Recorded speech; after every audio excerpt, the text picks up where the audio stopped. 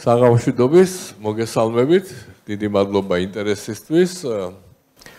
ძალიან მოკლე შეტყობინებით მოგვიწია ამ შეხვედრის დაანონსება გარემოების გამო და დიდი მადლობა რომ მაინც შეძელით ესე იგი თქვენი გეგმები გადაგელაგებინათ და დღეს საღამოს ჩვენთან ერთად ყოფილიყავით. ნუ ჩვენთან ერთად ძალიან ისეთ ფართო ეს არის რა ქვია ფრაზა არის კონკრეტულად ბატონ ლანდსბერგისთან and now I'll switch English. Welcome Mr. Landsbergis to our premises, to Kafha Bendukidze University campus.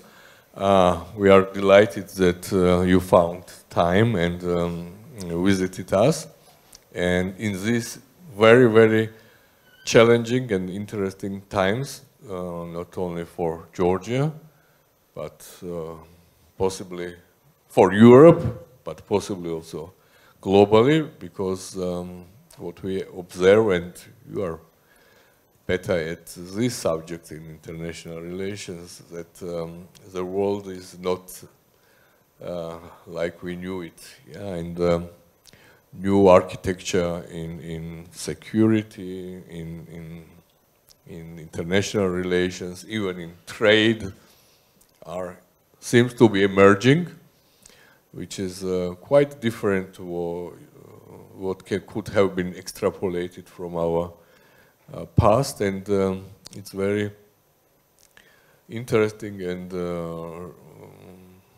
to hear your views. And I will not go into the details of biography of Mr. Landsbergisi.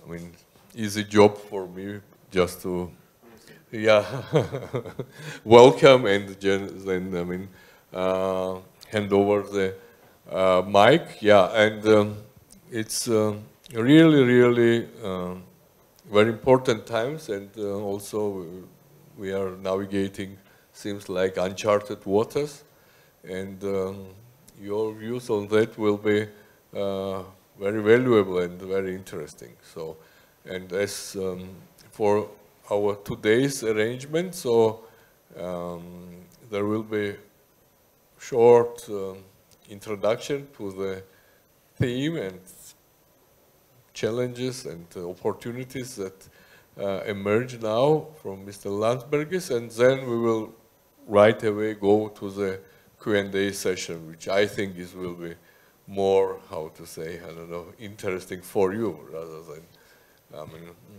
listening to a long speeches. So, okay, welcome. Floor is yours. Thank you so much. Indeed, it's a great pleasure to be here. It's my first time in this university, in this campus, not the first time in Tbilisi. It's a great pleasure to have an opportunity to share some thoughts with you. Really, as I say, it's not my first time in Tbilisi. I have a long history. I've been telling that my friends here that my father was studying in Tbilisi in 1987. And he was writing letters to me while he was studying. And he would make stories about Georgia. Well, the stories that you would tell your kid. So for one thing, I've always known that when I grow up, I will definitely go to Georgia because that's the most beautiful country that you could ever imagine. And the second thing is that later it became a very popular book of bedtime stories for children, stories from Georgia. So I have, since I was this, I had a connection to Georgia, and I'm glad that I managed to maintain this connection throughout my work. So I've been a public servant or a politician for 25 years. I was a diplomat, started my career as a diplomat, then switched to politics, was elected to the European Parliament, then National Parliament, then won the election, became a Minister of Foreign Affairs, was a Minister of Foreign Affairs for 4 years, then lost election and decided to take a break from politics, and now it allows me to speak with you a bit more freely. So I will intend to use this opportunity. And I will, as promised, I will try not to engage too much in the single person speaking type of conversation, which is not very interesting, I would assume. But I was thinking about one particular topic. I was thinking about the generation, about your generation. I have 4 kids, which are basically pretty much your age. My oldest son is 23 years old. So about that generation and what it aspires to, and what kind of people in this environment they are, developing to be, professionals and those who are creating their own countries. So I remember 2001, a year when 2 airplanes hit 2 buildings in New York City. One hit Pentagon and one crashed somewhere in the fields of the United States. And I remember, I had, my son was born basically, he was like 6 months old, something like that, in 2001. And I was thinking that probably this is the event that will define his generation. That is something so big as a terrorist attack on the United States, on New York City, that, probably it's a generational event. We will remember it, we will talk about it, in decades to come. The, geopolitics will be defined by it in the years to come. Now, looking back, I think, yeah, clearly it was a very important event. It brought 2 wars, Afghanistan and Iraq, and it brought so much change. Now we're talking about immigration because of this, right? Because the change in the Middle East probably impacted most of the flows that are coming into Europe, and it affects politics and so many other things. But would I say that it's a generational event? I would say probably not. It's an important thing, but it went, passed, and that's it. And what allows me to say it, because when I look at today's politics and geopolitics, I would say that probably almost every week we are expecting, well, not the event of that type, but something similar. This is the time when, probably not only myself, but you, when you get a push notification, that is an international push notification, you get like, I'm not sure whether I want to check it, because that might bring some very unpleasant news. So my thinking is that the current situation and the world that we are living in creates a very, well, first of all, anxious generation. The one that is living the change, that we don't know the extent. We might try to guess it. We might be the one saying, okay, what we're seeing now will probably, influence the way that we think for decades. In 20 years, somebody will be standing here giving a lecture, and most likely they would be able to trace the events that they will be covering to these days, to what Trump is saying, to what Europe is doing or not doing, to what Georgian government is doing, and things like that, because they're all connected. But there's this additional thing. We actually are not sure, none of us is sure, what tomorrow's world will look like. And that is the biggest change that has happened since 2000s to 2020s. Because we are living in at least 3 changes, and you probably might think of even more. One is the change of personal security when it comes to health. Global pandemic was a thing that we would read from history, Spanish influenza, stuff that happened in the Middle Ages, even before. It definitely should not be happening today. And what do you know? One day, all of us are locked inside our houses, not knowing when we are going to exit them. Right? Remember yourself at the beginning of 2020, middle of 2020. Nobody could give you an idea. Well, we have vaccines. We will be able to leave. Now it looks, it might look funny, because for me, yeah, you remember it was, crazy memories. You're just walking in your sweatpants all day and thinking that this is your life right now. And then, of course, everything changed, but that really shook the world. Clearly, there are people who would say that Putin even planned his attack on Ukraine because of COVID, because he suddenly had to approach the fact that he might die, and actually might die faster than he expected himself to, for that to happen. So that's number one. Basically, our personal, very personal space, our belief in our life, ability to live, if we are careful, if we are responsible, that has been changed. that has been shattered. There are things in the air that you do not control that might affect you the way that your life can change forever. The second thing is climate. And you probably would be able to tell me more about this and how you feel and what is your perception about this than I do. But this is clearly one of the defining factors of current generational, in this generational list of generational questions. We don't know, honestly, how the world will look like. The pictures that are being painted are truly scary. Some of them are happening just in front of our eyes. There's very little that we can do. We can protest, we can argue, but then again, it feels that just the things are happening out there.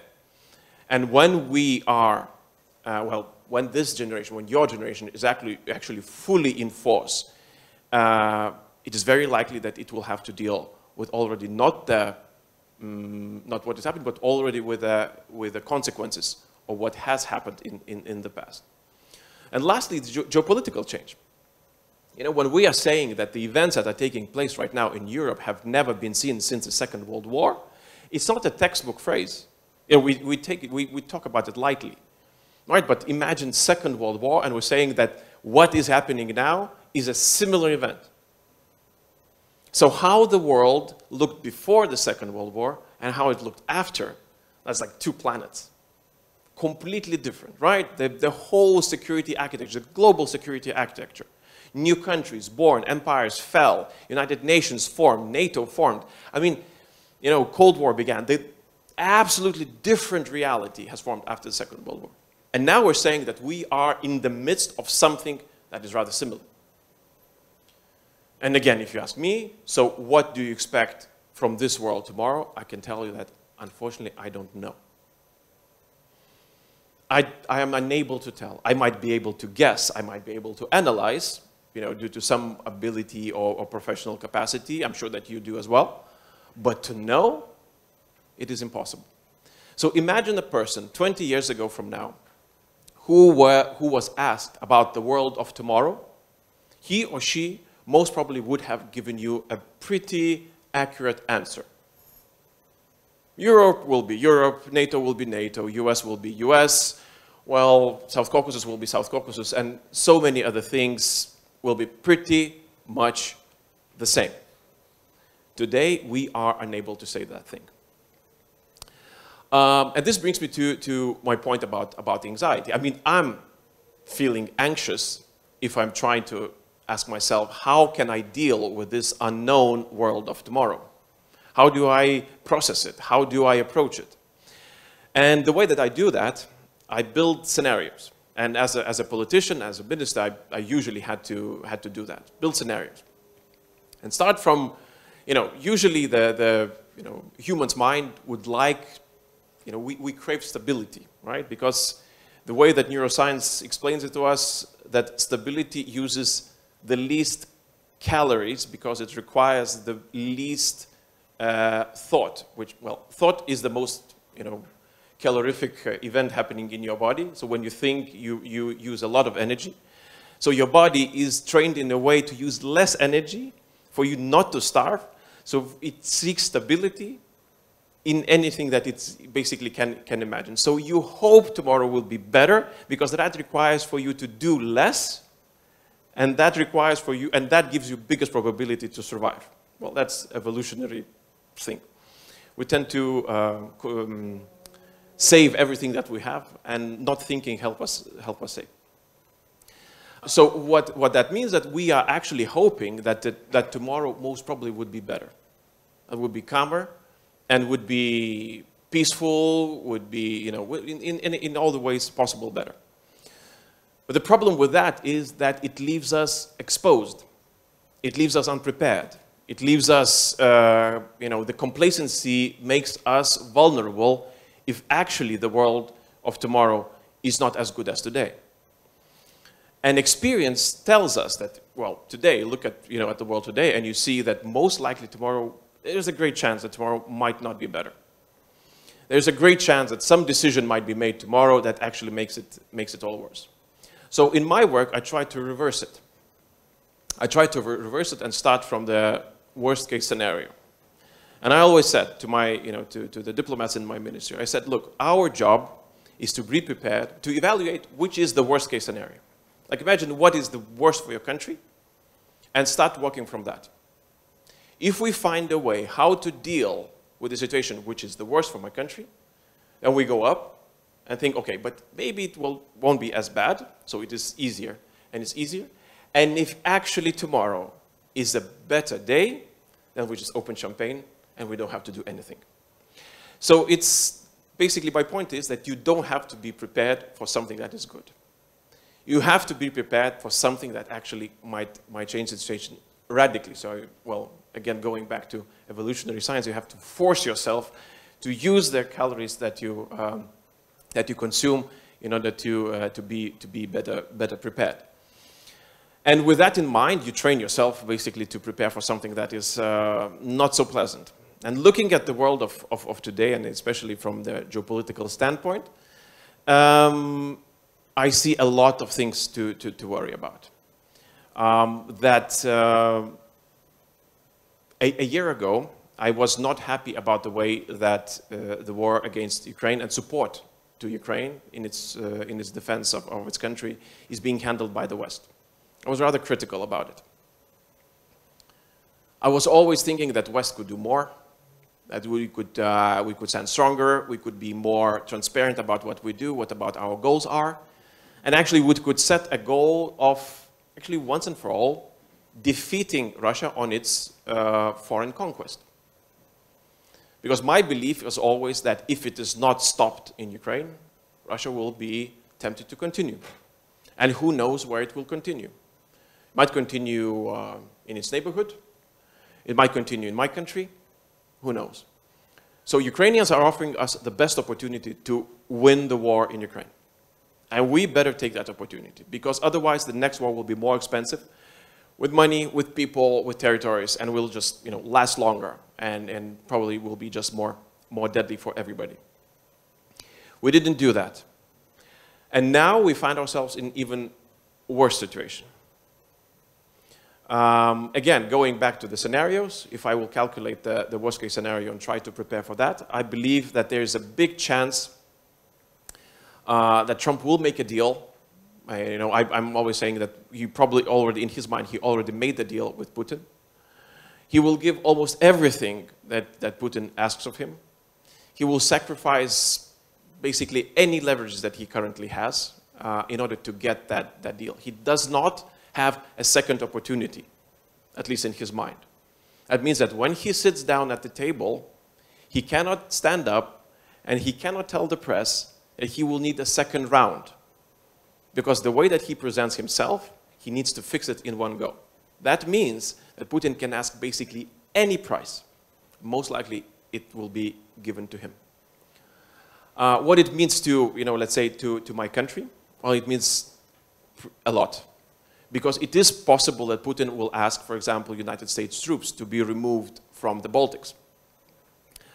It is possible that Trump will remove the troops. We don't know, but I mean, it is not unlikely. It's truly greater chance than zero that it happens. It is very possible that Ukraine will be left without any support, without Article 5, without security guarantees, basically just as it stands. Open for another Russian attack. So the world of Europe is way more deadly and dangerous than it has been a year ago. But why I'm saying this, and this is what I've been saying to my people in Lithuania during my time as a minister, especially during the last months, is that it's better to acknowledge the chance of this sort of scenario and start preparing for it, rather than to be expectant of the way better result and then be not prepared for it. So I use this example because during my conversations here in Tbilisi throughout the day, they have been quite tough because, I did not bring a lot of hope from, where I stand. From the discussions that I see, from the way that meetings are being held. And the West Brussels is in a very weak position. Probably it has never, I would say it has never been weaker than it is now. It has a chance to stand up. It has a chance to change its ways. We have to always remind that it is needed, that it is expected, and we're waiting, all of us. We're in Lithuania, you here in Georgia. But that might not necessarily happen. And what it means, that it is not completely unlikely that the anxious generation will have to become a fighter generation. Because that will be required of you if you want to retain your country and if you want to retain your way of life. Because most likely, you're last in line who will be asked the question, do you want a future to be better than you currently have?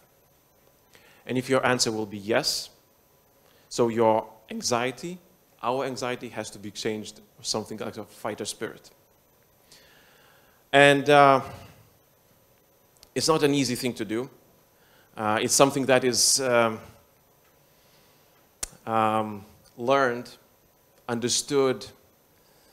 I'm learning it from my predecessors, from the people in 1990s who decided to break away from the Soviet Union, who decided that it's up to them, that they are last in line, to actually guarantee that Lithuania can be free and prosperous and independent and sovereign country.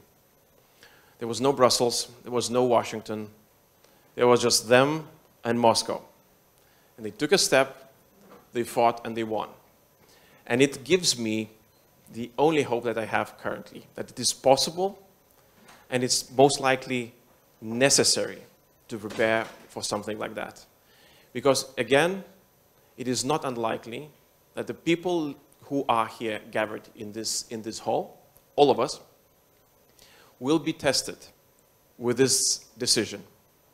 If we want a different and better future or not. So that is my intervention. I hope that's not too depressing. But if you have, I'm ready to engage in a conversation, answering your questions or hearing out your comments. Thank you.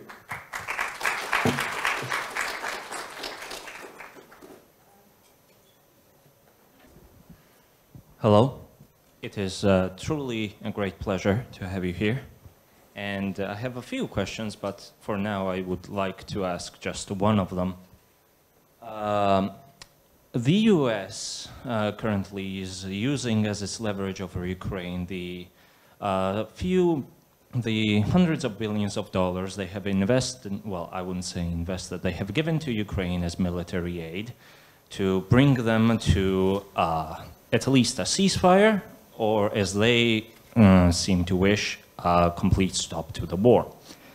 As we know, Europe has given more than that, and I wonder why is it that Europe does not have the same leverage or more of a leverage over either Ukraine or Russia, and how is it that Europe is unable to intervene in the peace talks that are currently ongoing? And by currently ongoing, I mean Trump and Putin are scheduled to speak today. I don't know if it's already begun or not. So this is pretty serious, I believe.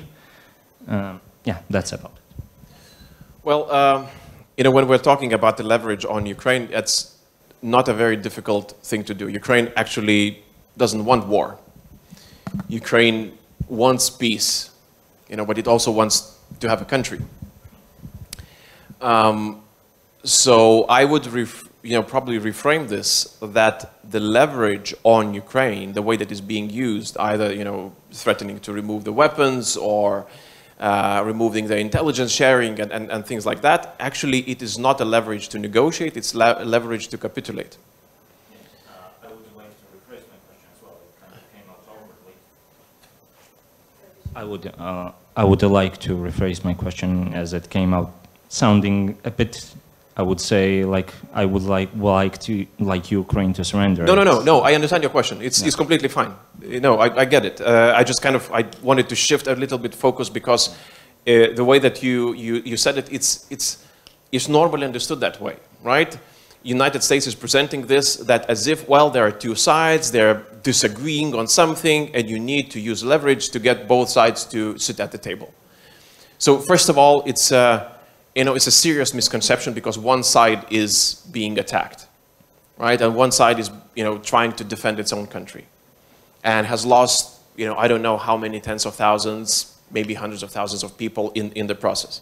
So to use leverage against them, meaning that's the only thing that you are trying to do, is basically breaking their arm. In the diplomatic sense, well, you're asking them to capitulate, right? To forego something. So there is nothing wrong in your question because that is the way that it's being presented.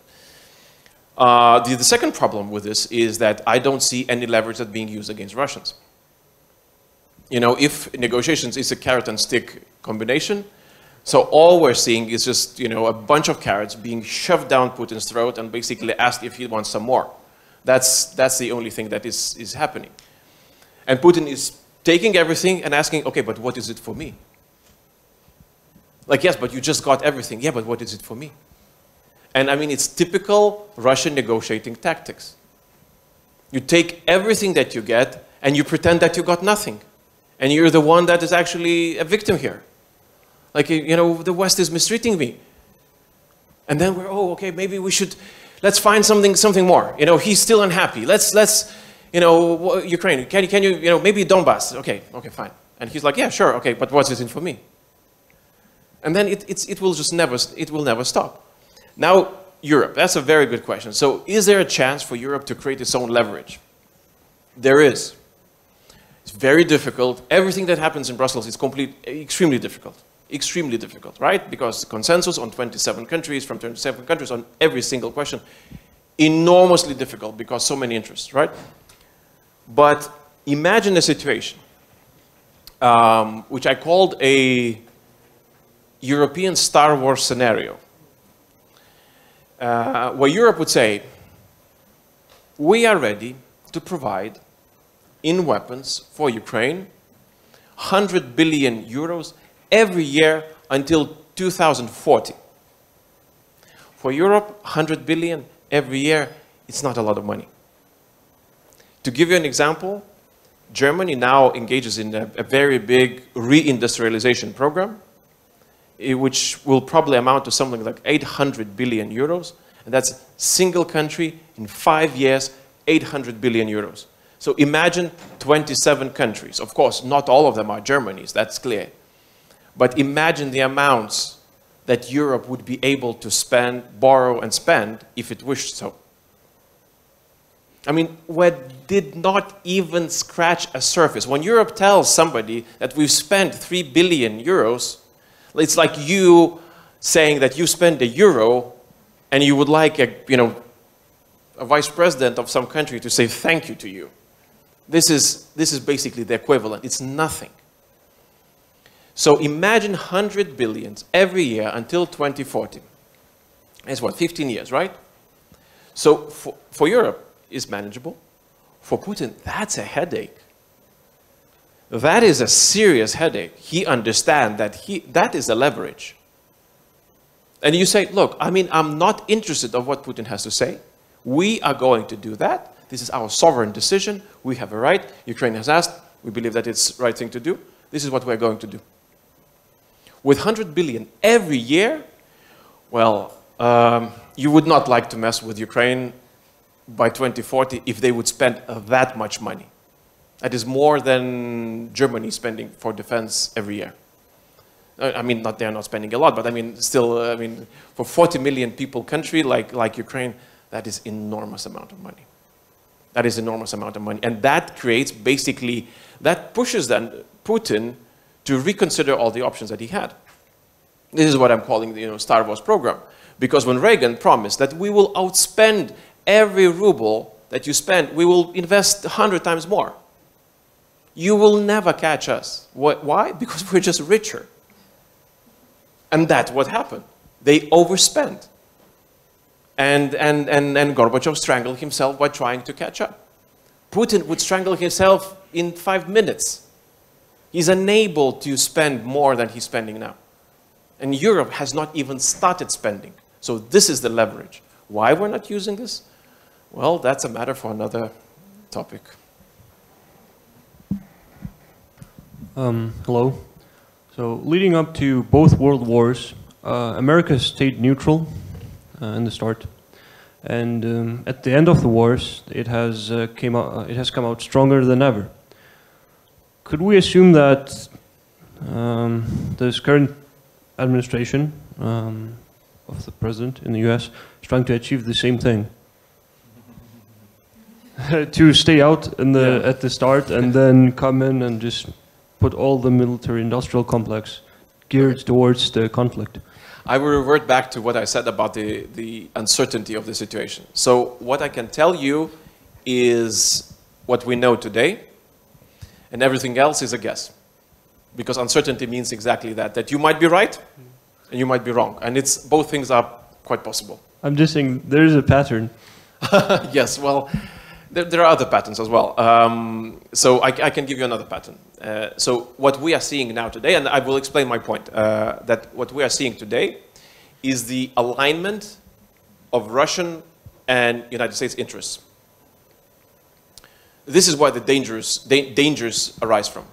They are aligned. They see that they need the same things.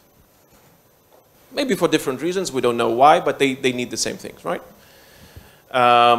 They might need, Putin might need US troops out from Europe, and Trump would need US troops from Europe. That means that their interests align. Reasons are different. Trump wants to show that he's disengaging from Europe, to punish Europe, to bring more leverage on Europe. Putin just wants kind of a freer hand, so to say, in Eastern Europe. Just an idea. So currently, this situation is different than before the First and Second World War, because the United States has not been aligned with the major disruptors of those two major conflicts. I wouldn't say that the United States was disengaged, because it was trading with Germany during the First World War, and it was a very difficult task to engage them in the war, and Great Britain played a great part.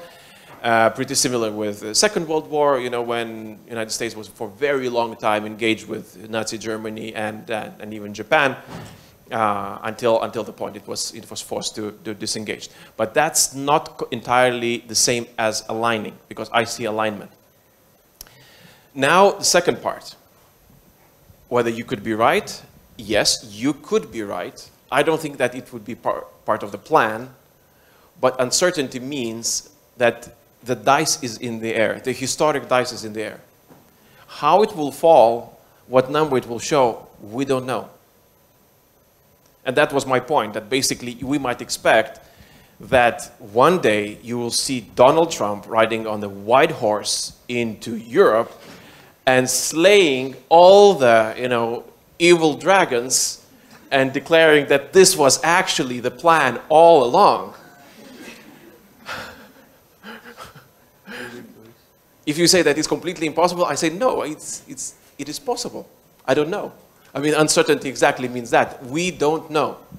At the same time, if I were to kind of try to imagine, again, imagine the calculations coming out from the speeches and try to distill the concept, right? If, like the people who are advising the president and vice president, what is the map of the world? How do they see it?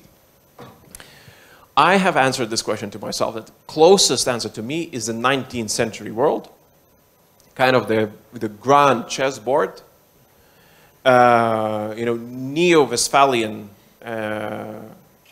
area, where the countries are defined only by raw power. If you have power, which I'm unable to check, then you're free. And I respect you. And I respect your borders. If you don't have power enough, then you're a victim. You're a prey. That's it. So it's a complete jungle of the geopolitical system. Because his speech about Canada, Panama, Greenland, which rings amazingly well both to Putin and Xi. You know, they don't have any problem with that. They say, this is exactly what we've been preaching. Multipolar world, in their perspective, means, you know, probably 3 polars, or 2, or, well, whatever is left, because it's calculated by raw power. So for them, it sounds very close to their heart. And that means that Ukraine is Russian, Europe, as much as it can be defended, well, it's free, but, you know, who cares? Then what is not defended, then it's Russian. Then what is, you know, the outskirts of, you know, take Monroe Doctrine area, that is American, and, you know, in the Pacific is Chinese. That is, you know, is it true? I don't know. But as I said in my introduction, it is better to prepare, at least mentally, psychologically, for this sort of scenario, and try to think of the ways how to avoid it, how to persuade it, how to, you know, persuade others, I don't know whom, you know, that this is a nightmare scenario, and try to kind of navigate your way out and reach your scenario, which then allows us all to open champagne or good Georgian wine and enjoy, you know, just a better day in our history. Thank you for your answer.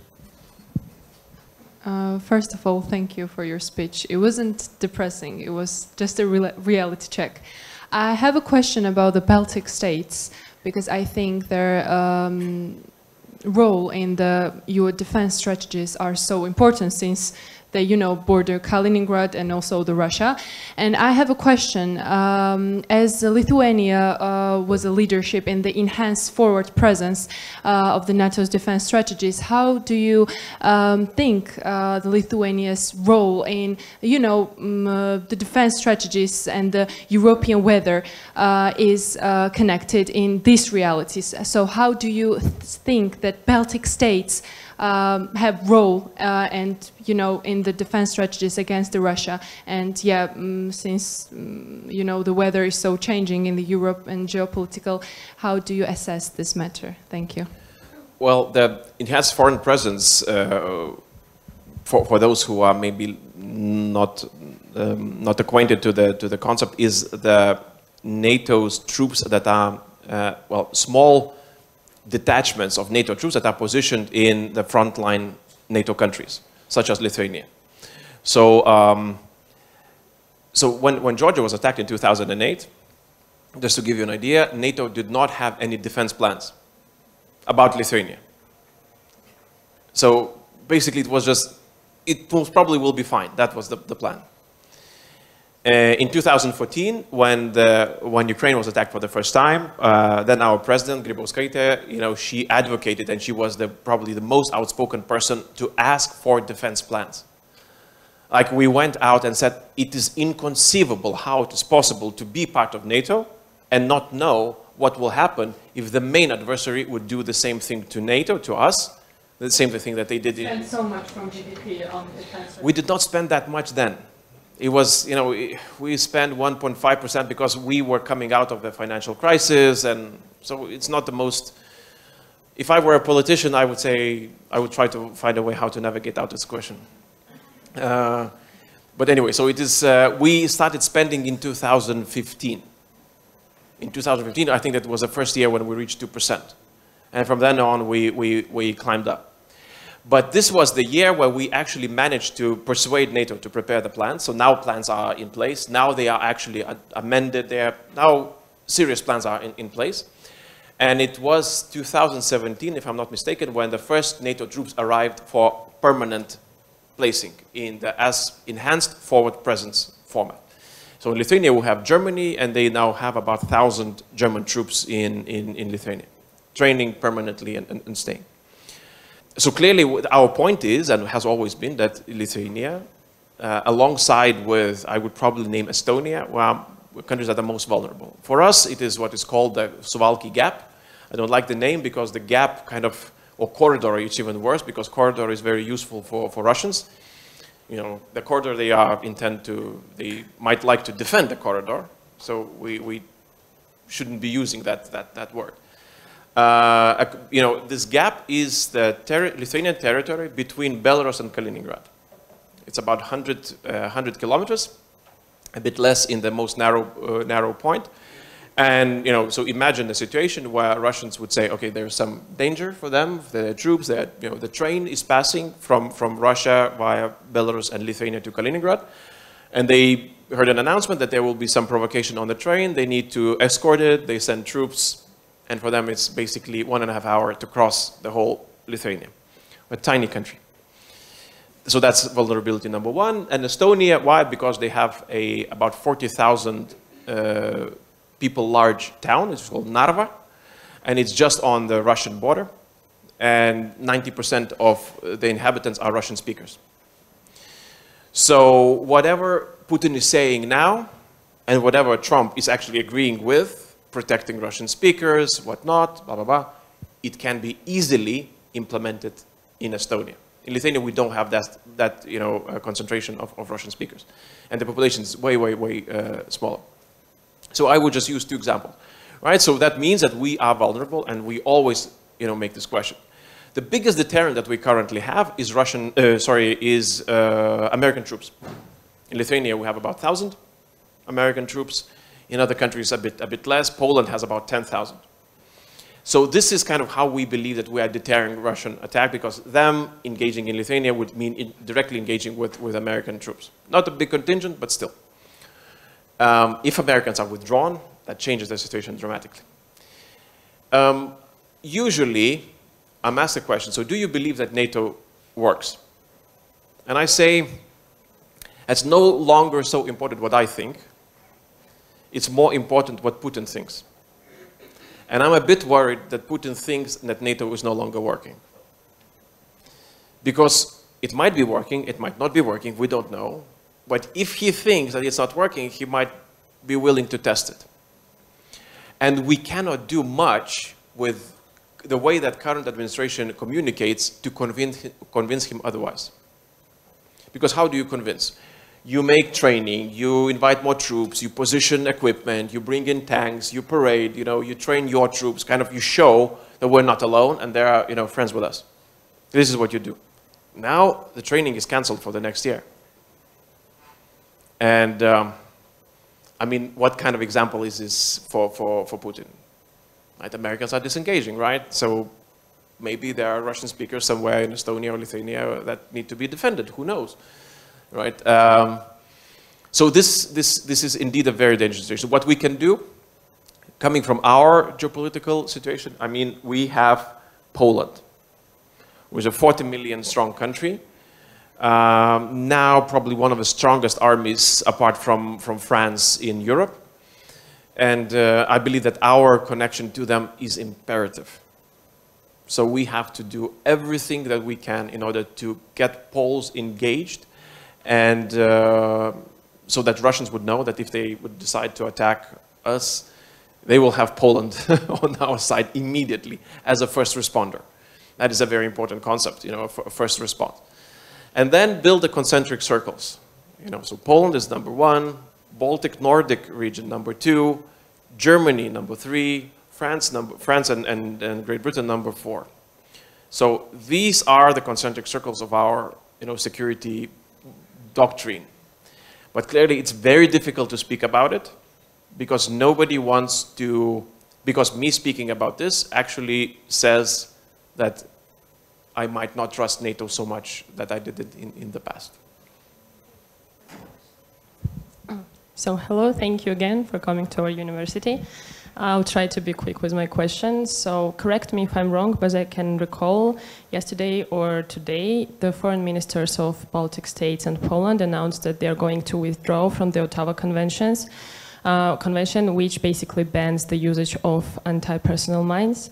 So I was just curious about your opinion on it. How do you see it? Is it a step forward to the security of your countries? And if there are going to be similar steps in the future also, or is it also going to be kind of problematic in the terms of the international law? So I just want to hear your opinion, since you're not a politician and you are. It's two years ago we embarked on a decision to withdraw from Oslo Convention, which was not about the mines but about ammunition, using shrapnels in ammunition. Russians are using it, Ukrainians are using it, and if Russia would attack us, they would use it against us. And we would not be able to use it against them because we signed the convention. So we took a decision to withdraw. We left the convention last year, and I think that it incentivized, the new government to consider leaving Ottawa as well, because it's in a similar direction. And now if I were in the parliament, I would vote for it. I would support it, mostly because I haven't, again, not as a politician, but as a civilian, I do have a sense that we have to start really preparing for the eventuality that the war would spread. This is no longer just a concept for Europe that, well, some things happen somewhere far away in Georgia, Ukraine, who knows, it will never happen to us. That's it. This is no longer a world that we're living in. And we have to make sure that we are preparing for this seriously, with everything that is needed. And if this, minds can persuade or deter Russians, or at least in a bit, that they would not attempt, well, then we have to do it. Hello. You said at the beginning that it's easy for Europe to collect 100 billion a year and send it to Ukraine. When the guy in the front asked you why they not doing this, you answered that there is a whole another story, and I want to hear things about this story. Well, the story is about the European decision-making process. The way that Europe is structured, the consensus-based decision-making, first of all, allowed in the beginning to keep federalization out of question. Because many countries in Europe, still less now, think of federalization as something that, in the future forces you to lose the notion of nation state. Even my country, when we joined the EU, we were really against the concept of federalization in Europe. Federalization is getting rid of, bigger part of sovereignty. Now in EU, trade is the main part that we gave it away. So, but it doesn't constitute us federalizing. We federalized the tiny part of our sovereignty, but everything else is basically still at the nation state level. That means that the ministers meet, the leaders meet, but if the country does not want, Europe cannot do. And now, just to give you an example, about 70% of EU decisions are blocked by one country, by Hungary. So the idea was, so first is philosophical. What does federalization mean? The second thing was that there were people who were thinking, okay, Europe, if it becomes federalized, if it becomes it can become, aggressive. And Europe is about peace, and it cannot be aggressive because there was so much war in the European continent. So there is is woven into the European thinking that we cannot be fast, that we cannot be aggressive, that we cannot use our collective power, to change things. That was kind of the part of the concept. So it's not a bug, it's a feature. It actually meant to be so. That we are slow because we did bad things in the past when we were fast. So with this in mind, Europe basically either has to be affronted, to face an existential crisis that is unavoidable to see. So there were two cases in recent history when Europe actually faced this crisis. One was the financial crisis of 2008 and the Greek question, where we actually had either to throw Greece out, either from Europe or from Euro or from somewhere, or basically to find a new solution how to fix Greece. And we managed to do that. For better, for worse, now they're doing better even than Germans, so it's not that bad. I mean, but we managed to do that, right? The second thing was COVID. And it comes from a very acute understanding of a problem. So COVID for us was, so clear that you don't have to ask your people for a mandate. I know that if I'm a leader of a country, I will go to Brussels, I can vote that all of you allow me to borrow hundreds of billions of euros in order, to save your jobs, to provide you security, health, and all the other things. There will not be protests against me if I do that, right? So I don't need to ask. I know the mandate. It's implicit. So, so Europe has borrowed, as a union, as a unit, for the first time, 750 billion euros. Well, I mean, basically, we printed money. So it's European Central Bank. So something here and there, but basically it's, yeah, I mean, we still have to return it, but I mean, it's, but it's, it's more of a fiscal policy than actually, borrowing. But it's the first time that it has been implemented. It has never happened before. And it was called the federalization of debt. Like United States made the decision, like Hamiltonian moment when the treasurer in the beginning of United States, when they were finding themselves as a country, every state would have borrowed them, money themselves. And they understood that if they are continuing to do that, they will never have an army, they will never have a navy, because they don't have fiscal policy of union, right? So Hamilton proposed the federalization of a debt so that United States would always borrow as a unit, as a federation, all the states together. And that allows them, to pool up enormous resources. And this is what they're doing, right? Because Texas alone can have only Texas-sized army. California, only California-sized army, and so on and so forth. So in Europe, the only time we federalized debt was during COVID. And everybody said, oh, wow, this is the moment, this is it. Now Europe will be different. Unfortunately, no. That was the first time, and everybody said, okay, this is the only time, and we're not doing it again. Why? I don't know. Don't ask me. Literally, I mean, we can't do that. This is, this is prudent. It's actually wise to do that because we need it. Otherwise, we might not exist as a union if we don't do that. So my point is that the biggest problem is that we are at a crossroads where I believe, coming from a frontline country in Europe, that we are at an existential point in our history. And Europe has to find a way, like in COVID, like in Greece, like with, enlargement that happened in previous years, to find and figure out a solution that would help us survive this crisis.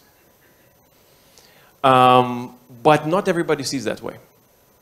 Not everybody, unfortunately, not everybody sees that way. There are countries who are aligned with Russia, such as Hungary. There are countries who just have different interests, such as southern part of Europe. They understand the risks, but they don't see the, the acuteness of it. And that, in the end, does not allow us to make any bigger or meaningful decision that would help us survive this situation. So we are swimming in very deep waters. We are tired. There are a lot of sharks around it. And if you ask me, can we swim to the shore? I say, well, theoretically, yeah. I mean, it is doable. How likely? Ask me tomorrow. Okay. First of all, thank you for coming. It's important for us to have these types of public lectures as long as we can, because who knows, tomorrow we might be even worse than Belarus. So I'm delighted that you mentioned the 11th of September, because I'm of the belief that it is even more important to even when what you think, because it has a couple of dimensions to it. First, if we're talking about Russia, let's think about what Sergei Lavrov did, one of the most dangerous and probably the most undiplomatic career diplomats alive today. He was not in favor of vetoing the Iraq war. He said, we will support America in their fight against terrorists.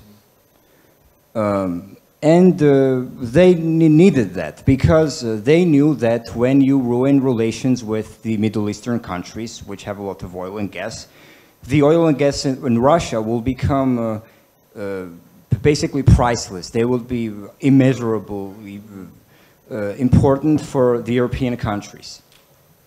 Because of that, Europe has been and still is on some level dependent on Russian oil and gas. Second of all, there is a hybrid warfare element to it. The Iraq war and the Afghanistan war as well have become basically a huge Damocles blade for Western democracies, particularly the United States and Britain, because oh, you are criticizing us for Ukraine and Georgia and whatnot. Well, what about what you did in Iraq? What the Iraqi people don't understand, for example, is that Russia is not your friend. It never was. They were only interested in selling their own oil and gas. So do you think we can explain to the people of Africa, Asia, South America, what the Russians are really up to? Well, first of all, good analysis on the wars, on the war on terror itself. I fully agree with you.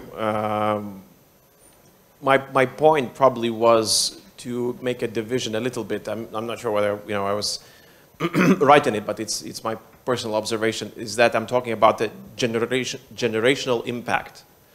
Like could you tell that that your generation is being formed by something? And again, I guessed that conflict probably would have been able to do that. Now I'm doubtful about this, but now I'm betting that what is happening now, has a greater impact on the generation. And most likely will have in the future, because it is possible that this generation will have to make very big decisions, how to proceed with. While that conflict was handled basically institutionally, as one might say. It didn't require, generation to be engaged in it.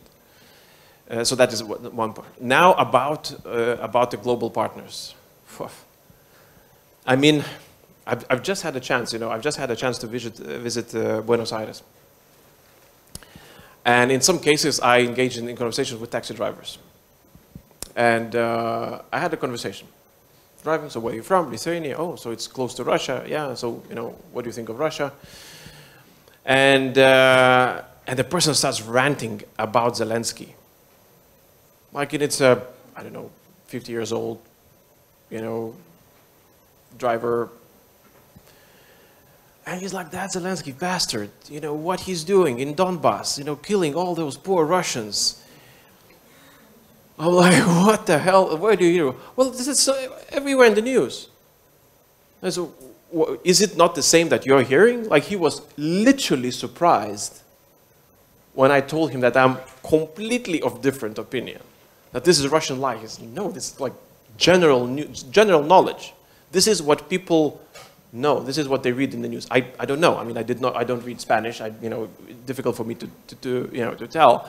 So either he is deeply immersed in Russia today propaganda type of thinking, Donbass bombili, или Bombas bombili. Because it's exactly, if you're reading Russian propaganda, the person just translated it into Spanish and just processed to me ad verbatim. But my point is that if he is there, imagine how big of a population is also there in the global partners. And it's a country, it's Argentina, it's basically, they have ability to read all the news, everything that they want. They're a free country.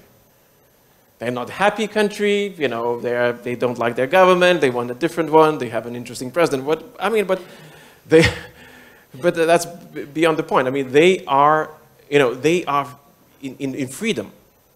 And still they choose to listen to Russian propaganda and believe it to the letter. So imagine if your news sources are restricted and you're only allowed to reach to, to what government allows you.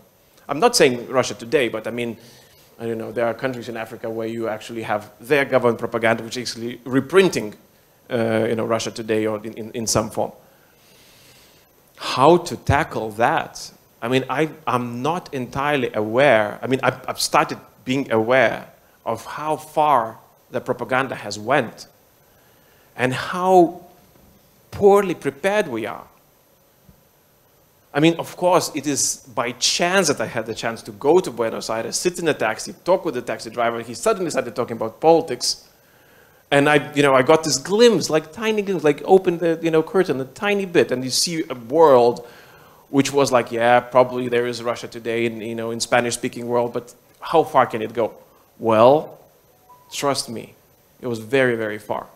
Now to add to that we are, removing, Voice of Europe, Voice of America, all the, Radio Free Europe, all these channels are gone, basically, that would also be reprinted in many of the countries, as part of their, that they would add these articles or use the, whatever. So that adds as well. And lastly, add social media, add TikTok, which basically just has shown in Romania what they are able to achieve. When suddenly, tens of thousands of accounts are being created, they like, share, follow, somebody that, Russians want to be elected, and you have a completely different political landscape.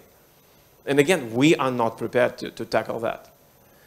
So, okay, so I'm like a physician, who sees a disease and says, okay, this is the illness, this is a problem, how to cure it.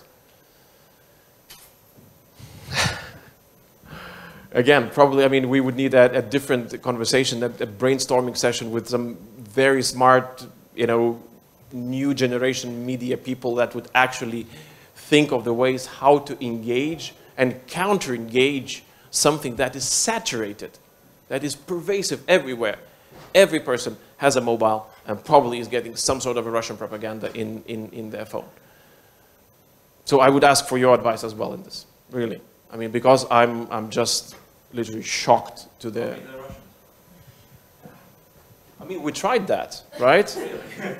Yeah, I mean, not we, not like personally, but I mean, like West, we tried to, but we have standards, you see, right? Imagine BBC now suddenly issuing a statement that is, insincere, not triple-checked, they would be, banned. They would, they would get their funding reduced or something like that. It's hugely problematic. And we made it boring. Also, that was a problem. So many people tried, right? So just throw money at it. Okay, so let's create something in, I don't know, Georgian. And let's expect young people to listen to it. Then if you ask, nobody's listening to it. Well, because it's super boring. Nobody listens to it.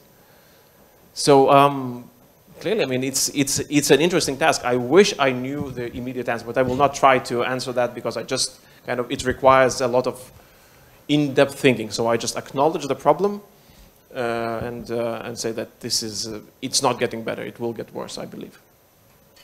So first of all, thank you for your visit. Both of our countries lived through the horrors of first Imperial Russia and then Soviet Russia. And as we have mentioned, Putin's regime today has a lot of Soviet inheritance, especially as we mentioned, negotiation tactics, the tactics of Gromyko and other foreign ministers. But Putin himself, formally at least, doesn't view himself as a descendant of Soviet Russia. In fact, he seemed to agree with the philosopher he admires, Ivan Ilyin, who says that the October Revolution was one of the greatest disasters in Russian history. And he draws parallels to the imperial past of Russia and not the Soviet regime. And my question concerns, does it even make any difference for the neighboring countries when they are concluding their foreign policy to counter Russia? Thank you. Is it important whether they continue Soviet or imperialist? Or yes. Does it even make any difference? no, of course not. I mean, the Soviet Union was an imperialist union. That is the big lie that Lenin managed to sell, is that somehow Soviet Union is anti-imperialist, which is a complete nonsense. They were anti-Western, but pro-imperialist. I mean, they continued. It's like, I now got this example of China, right? China is not dividing. I mean, in theory, yes, Mao's period, and then, I mean, kind of post-imperial China, post-imperial China, communist China, China Republic and stuff like that. But in Xi's mind, actually, it's a continuation of the same China. Right? It's a historic China that started some 3,000 years before Christ, and continuing till now, in different forms, but deep down, it's the same concept, historic China. So I believe that it's a historic imperial Russia that changed forms, but in principle it has never changed in content. Hello. Thank you for not very optimistic but honest assessments.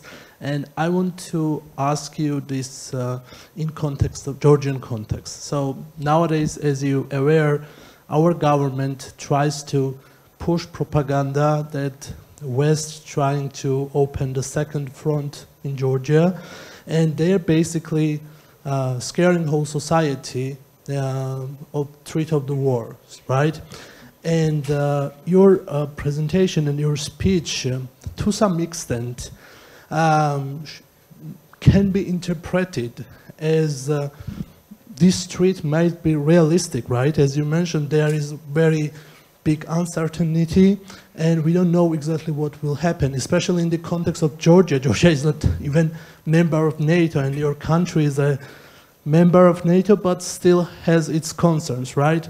So I completely following your logic, but I also want to stay critical about our government. So my question is how we can achieve that. The one hand, we realize what is the geopolitical reality, and I agree that there is serious problems in terms of uncertainty and not having security guarantees for the countries. But on the second hand, we have government who bases whole propaganda on this and then saying that, okay, we have this existential threat next to us, so we cannot be that openly critical about Russia. If we do that, the security risks are very real, and we don't have any guarantees that will protect us, unlike you, and even you are scared this possibility. So in terms of, in our context, in Georgian context, what do you think? How can we counter the government's propaganda on the one hand, but on the other hand also stay realistic like you? That's a very good question. I'll use one example, maybe a couple later. So, you know that the main line that Belarusian dictator Lukashenko is using, he says it in Russian, чтобы только войны не было, if you speak Russian. Let's do everything that there would be no war. Yes.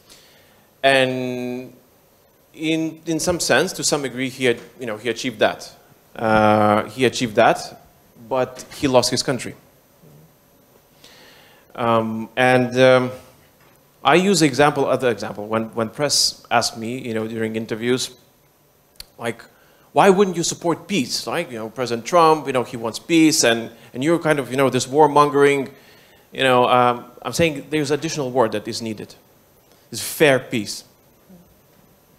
Lithuania was a peaceful country when it was occupied. In 1945, we lost our, 40 basically, we lost our independence until 1990s. There was no war. Nobody was shooting. But Lithuania was no more. So what I don't want to see is countries who accept Russia's proposal of peace, but at the same time they lose their country. And I think that Belarus is a good example of what, what Lukashenko did. I think it's not too far what, Ivanishvili is having in mind. Aligning, aligning, aligning, and disappearing. Thank you. Well, first of all, thank you for your speech. I would say that it was a little bit negative, but I cannot argue that it was quite realistic. There was a really interesting thing that you mentioned during your speech, and that was that you are not quite happy by the way the West has supported Ukraine in the war. And I think that kind of hit home, especially for countries such as us, post-Soviet countries, because for us, if Ukraine loses, we'll lose as well. So that made me think of generally the self-defense, especially for European Union. Now we are in the middle of talks of European Union creating its own army. And it kind of makes me think of various things. I guess there are several questions that I have about this topic. Do you believe that European Union will be able to independently create its own self-defense, to completely change its self-defense infrastructure? And how that will affect relations with NATO, which also means relations with USA, because for decades NATO and USA have been cooperating together. So that's my question. Well, with the question about the military union, I would revert then to my answer about the federalization. Imagine that army, if we are talking about the army in a state, the way that states handle the military, right? In order to defend, in order to send to the missions, help friends and stuff like that, that is a super federalization.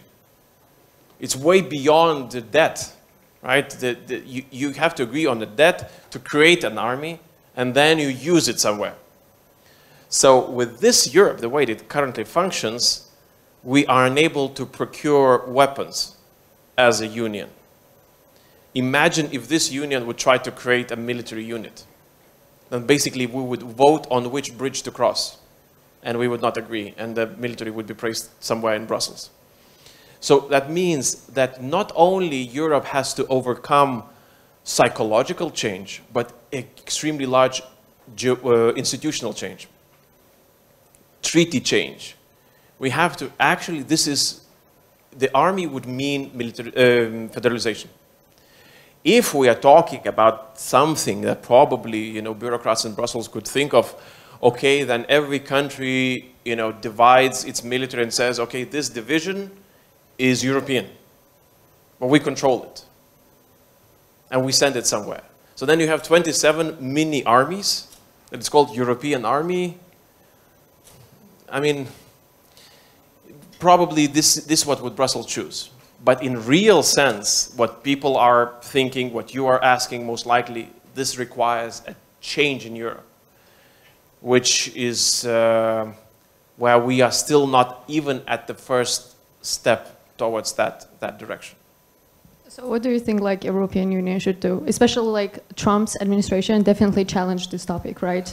I mean, considering that before he would be president, he was saying he had these talks about financial support on NATO, he was not happy how little the European countries were paying, and that basically made Europe think that maybe if administration changes in USA, they're going to change their whole opinion, and they're just going to drop the whole issue, especially the dispute that is going on with Ukraine. One of the things that we can do, we actually can arm ourselves, right? So every country that that can do it should do it.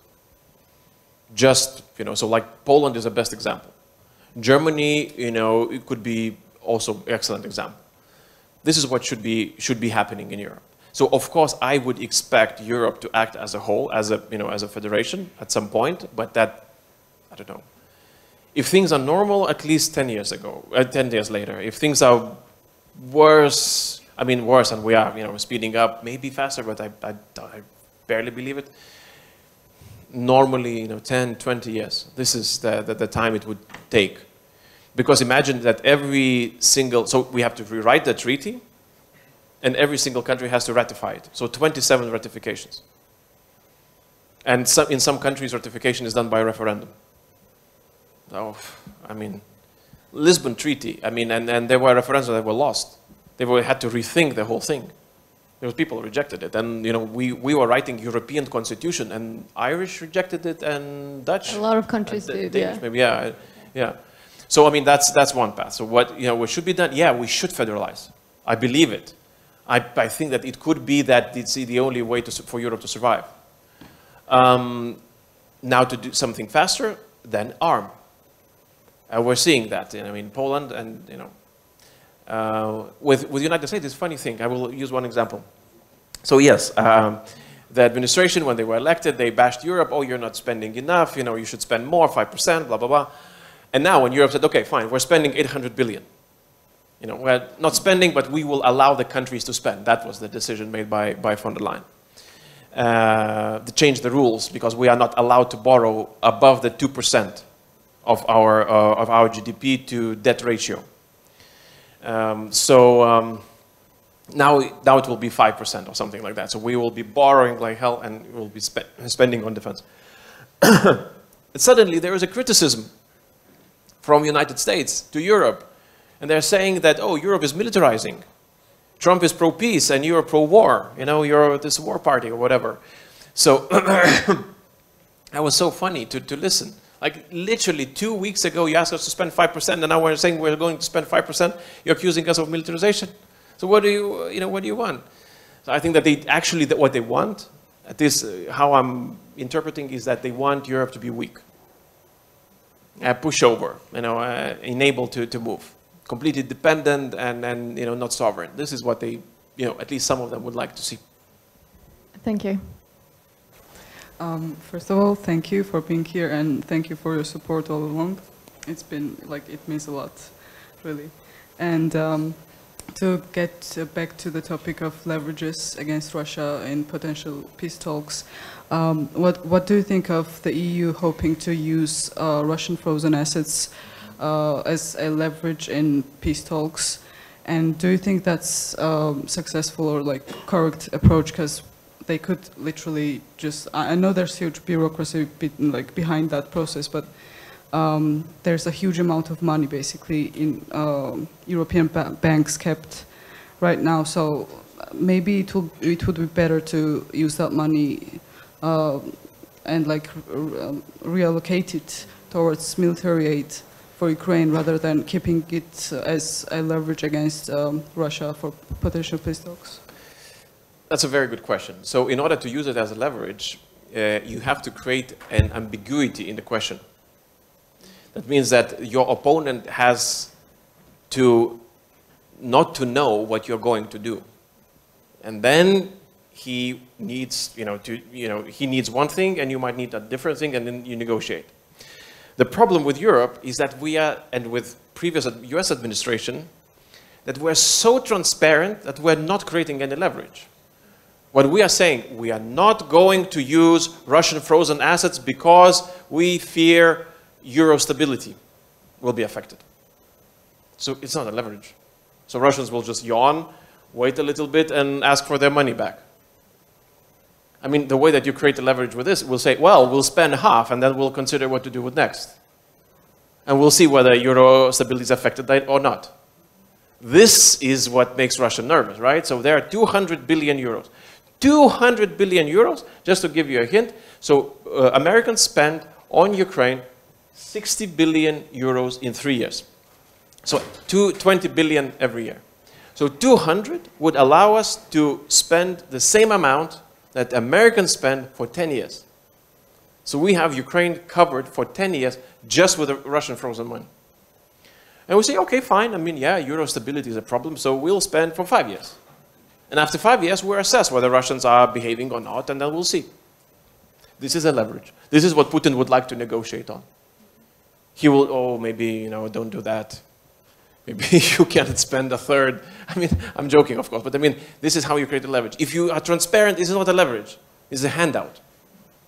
And we're giving handouts. We're giving everything. Now, when Trump is saying, no NATO, handout. No Crimea recognized, handout. No troops in Ukraine, handout. Everything is handout. So we give everything for free. So we don't create the leverage. So yeah, so basically I answered the question. So we could use the money. It's a lot of money. We can buy a lot of weapons for Ukraine. We can rebuild big part of the country for that money. And yes, we could use that as a leverage if we use it smartly. And one more tiny question. For von der Leyen's Rearm Europe initiative, basically, I've heard that they're planning on relocating cohesion funds to that initiative and that 8 billion euros budget. So maybe that makes me think that it was not important, the cohesion fund in the first place. It was not as important as they maybe portrayed it to be. So that's why they kind of want to redirect those funds to defense. So can we, should we expect to see other funds, other European funds, financing, basically the budget? If I'm not mistaken, there is about 100 billion euros of actual money in Rearm Europe. So again, from European perspective, that's not a lot of money. I'm calculating money, not my own, the whole evening. But the point is that 100 billion euros from European funds means that Europe, basically what they did, they scraped the bottom.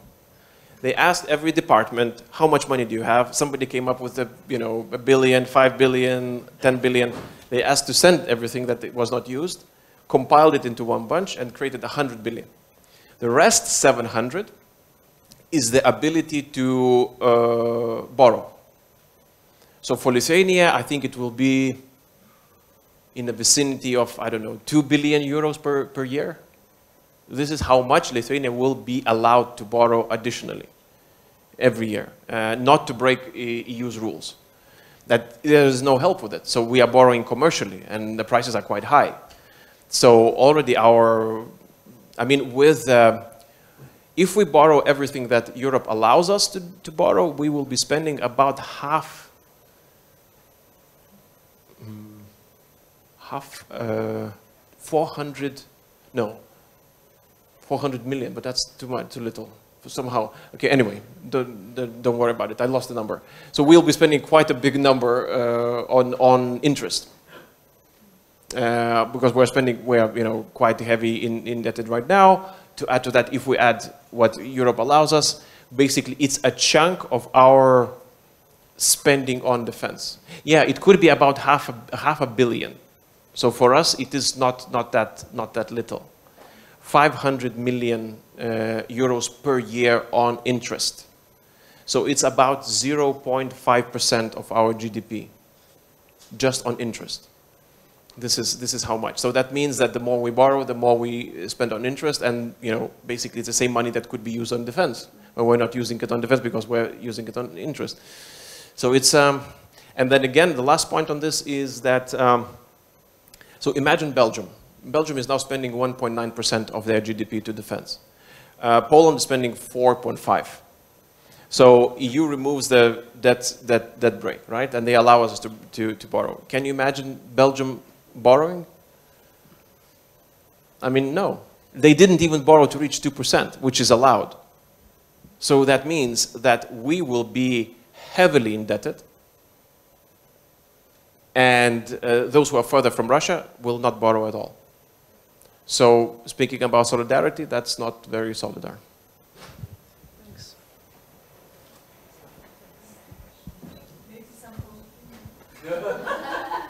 No, I mean, if I may, you were an excellent group of people. Really, I mean, amazing questions, very in-depth knowledge. I hope that I managed to at least cover a part of it. It was a great pleasure talking to you, and I hope that our paths will cross in the future. So thank you so much.